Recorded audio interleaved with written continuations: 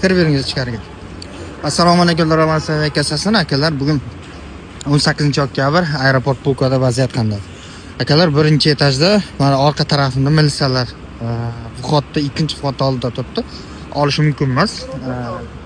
Hozirga Toshkentga, Dushanbega, Samarqandga reyslarimiz bor.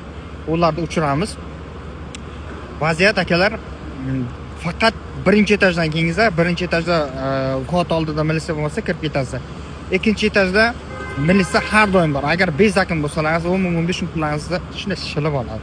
Aytdim bo'la yana protokol qo'yishadi. Shunga ehtiyot bo'lasizlar aka.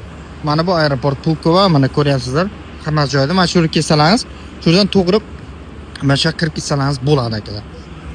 Biz vaziyatni ko'rsatib boraveramiz. Bizni kuzatishda davom etingizlar akalar. Doimo mana Instagram, YouTube'ga qo'yib ketaveramiz. Laravasi va kasasi doimo xizmatlaringizni biz bezakinda o'tkazamiz. Turingizlar shunday.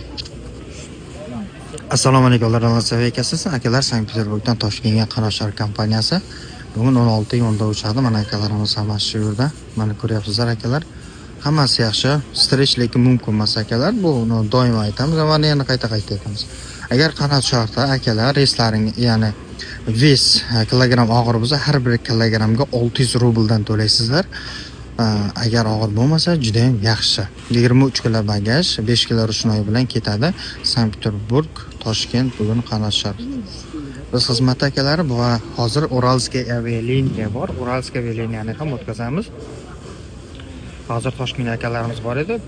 Bizdagimi dokument borlar, o'zlari bemalol o'tib ketaveradi. Laravasi va kasasi murojaat qilib turingizlar. Eng ishonchli va arzon biletlar faqat Ellar Airlines va kasasida.